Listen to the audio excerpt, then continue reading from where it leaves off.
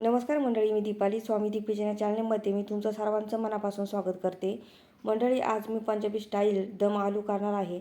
मंडळी, घरामध्ये कोणाला बटाट्याची भाजी आवडत नसेल तर ही डाब्यासारखी दम आलूची भाजी करून खायला घाला. घरातली माणसे ताट ताटून पुसून खातील. मंडळी, आजची रेसिपी आवडली तर हा व्हिडिओ तुमच्या फ्रेंड्स आणि रिलेटिव्हला शेअर करा. चला तर मग मंडळी, रेसिपीला सुरुवात करूया. इथे मी पावशेर बटाटे घेतलेले आहे. छोटे साईजचे बटाटे घेतलेले आहेत. बटाटे चांगले 2 पाण्याने धुवून घेतलेले आहे, कारण बटाट्यांवर माती असते आणि 2 पाण्याने धुतल्यामुळे ती माती सर्व निघून जाते. हे पहा, बटाटे किती स्वच्छ झालेले आहेत. आता बटाट्यांच्या साली काढून घेते, किंवा तुम्ही बटाटे शिजवून घेऊन त्याच्या साली काढल्या तरी चालेल. आता थोडेसे बटाटे धुवून घेते आणि फोकच्या साहाय्याने म्हणजेच काट्या चमच्याने बटाट्यांना छिद्र पाडून घेते. असं केल्याने बटाटा आतपर्यंत तळला जातो, कारण आपण बटाटे सगळे फ्राय करून घेणार आहे आणि फ्राय केल्यामुळे आलूची भाजी खायला खूप छान लागते. हे पहा, सर्व बटाट्यांना मी फोकच्या साहाय्याने छिद्र करून घेतलेले आहे. आता गॅस चालू करून घेते आणि गॅसवर नॉनस्टिकची कढई ठेवते. कढई थोडीशी नॉर्मल गरम झाली की त्यामध्ये 3 चमचे तेल घालून घेते. तेल नॉर्मल गरम झालं की 1 चमचा साजूक तूप घालून घेते. जर तुम्हाला साजूक तूप आवडत नसेल तर फक्त तेलामध्ये फ्राय केलं तरी चालेल, किंवा तेल जास्त आवडत नसेल तर साजूक तुपात फक्त फ्राय केले तरीसुद्धा चालेल. दोन्हीपैकी एक वापरा, किंवा माझ्यासारखं दोन्हीही एका वेळेला वापरू शकता. बटाटे मी तेलामध्ये घालून घेतलेले आहे. आता गॅसची आच लो करायची आणि लो आचेवर बटाटे चांगले लाईटली ब्राऊन रंगावर येईपर्यंत परतून घ्यायचे. हे पहा, बटाटे चांगले लाईटली ब्राऊन रंगाचे झालेले आहे. आता सर्व बटाटे काढून घेते. आता त्याच तेलामध्ये 1 तेजपत्ता, 1 दालचिनी, 1 मोठी वेलची आणि 1 हिरवी वेलची घालून घेते. अर्धा चमचा जिरे घालून घेते आणि 3 कांदे बारीक कापलेले घालून घेते.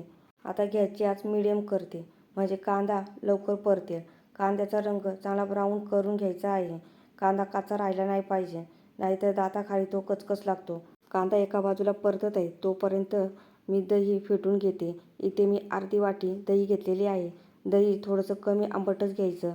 दही चांगलं एकसारखं झालं पाहिजे असं फेटून घ्यायचं. दह्यामध्ये गुठळ्या ठेवायच्या नाही.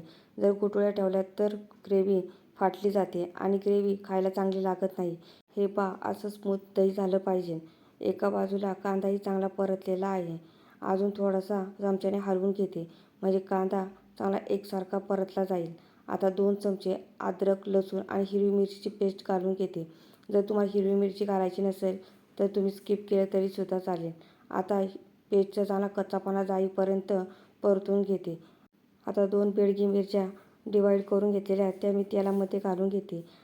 तेलामध्ये घालताना हातातून काही खाली पडल्या होत्या, त्या मी उचलून परत मी तेलामध्ये घातलेल्या आहे.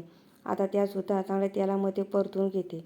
आता 2 टोमॅटोची प्युरी मी तेलामध्ये घालून घेते आणि चांगली परतून घेते. प्युरीचा कच्चापणा जाईपर्यंत चांगली तेलामध्ये परतून घ्यायची.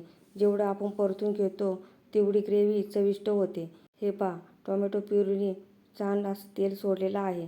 आता मसाले घालून घेते. अर्धा चमचा व्हाईट पेपर, 1 चमचा काश्मीरी लाल मिरची पावडर, अर्धा चमचा किचन किंग मसाला, अर्धा चमचा लाल तिखट, अर्धा चमचा धने पावडर आणि अर्धा चमचा हळद.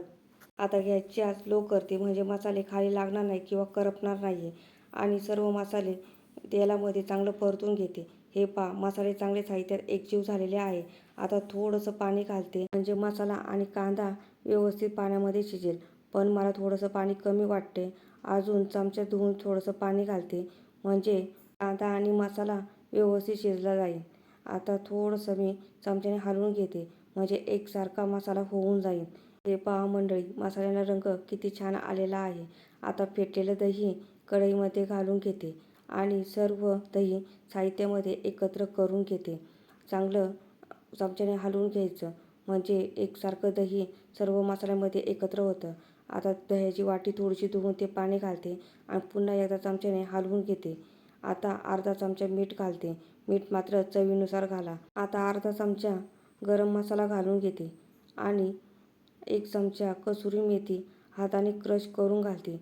त्यामुळे ग्रेव्हीला चव अप्रतिम येते. आता सर्व साहित्य पुन्हा एकदा चमच्याने हलवून घेते आणि एकत्र करून घेते. चांगला मसाला एकजीव झाला पाहिजे. आता बटाटा शिजेल एवढं पाणी मी घालते आणि बटाटे सोडून घेते ग्रेव्हीमध्ये. हे पहा, सर्व बटाटे मी ग्रेव्हीमध्ये सोडून घेतलेले आहे.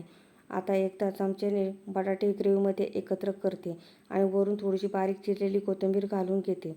पुन्हा एकदा चमच्याने ग्रेव्ही हलवून घेते. आता चमच्याला एवढा मसाला लागलेला आहे तेवढा धुवून घेते आणि कढईवर झाकण ठेवून 10 मिनिट वाफ काढते. 10 मिनिटांमध्ये बटाटा प्रॉपर चांगला शिजेल. तुम्हाला ग्रेव्ही किती ठेवायची आहे त्यानुसार तुम्ही पाणी घालू शकता. इथे 10 मिनिट झालेले आहे. आता कढईवरचं झाकण काढते आणि चमच्याने एकदा ग्रेव्ही हलवून बघते. हे पहा, ग्रेव्ही किती छान थिक आणि रंग बघा ग्रेव्हीचा किती छान लालसर आलेला आहे. आपण भाजीमध्ये तेल कमी घातलं होतं, पण दह्यामुळे तेल चांगलं सुटतं आणि त्यामुळे भाजी चांगली तर्रीदार होते. एक बटाटा तुम्हाला शिजला का नाही ते दाखवते.